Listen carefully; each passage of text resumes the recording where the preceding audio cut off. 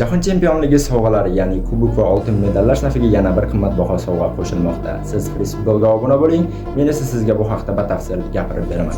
Xullas, 2026-yilgi Jahon chempionati uchun 2026 ta oltin uzuklar ishlab chiqarilmoqda. Shulardan 30 tasi Jahon chempionligini qo'lga kiritgan terma jamoa futbolchilariga taqdim etiladi. Har bir uzukda g'olib bo'lgan terma jamoa ramzi va futbolchilarning raqami tushirilishi ko'zda tutilgan. Qolgan 1996 ta uzuklar esa cheklangan kolleksiya sifatida muxlislar va kolleksionerlarga sotilishi rejalashtirilgan.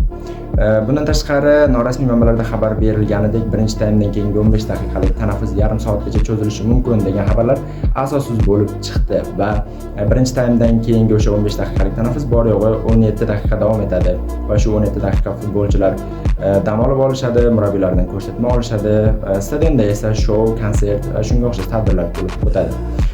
Qo'shimchasiga AQSh prezidenti Donald Tramp ham ushbu jahon chempionati finalida ishtirok etadi va ko'p ehtimol o'tgan yilgi klublar o'rtasidagi jahon chempionatida bo'lganligi kabi u ham futbolchilar bilan birga shohsupaga chiqib, jahon chempioni kubogini g'olib bo'lgan terma jamoa futbolchilari bilan birga bosh uzra ko'tarishi mumkin. Nima bo'lsa ham jahon chempionatining haqiqiy kubogini o'zida olib qolmasa bo'ldi. Xullas, video foydali bo'lgan bo'lsa videoga like bosib, uni futbolga qiziqadigan eng yaqin do'stingizga yuborishni unutmang.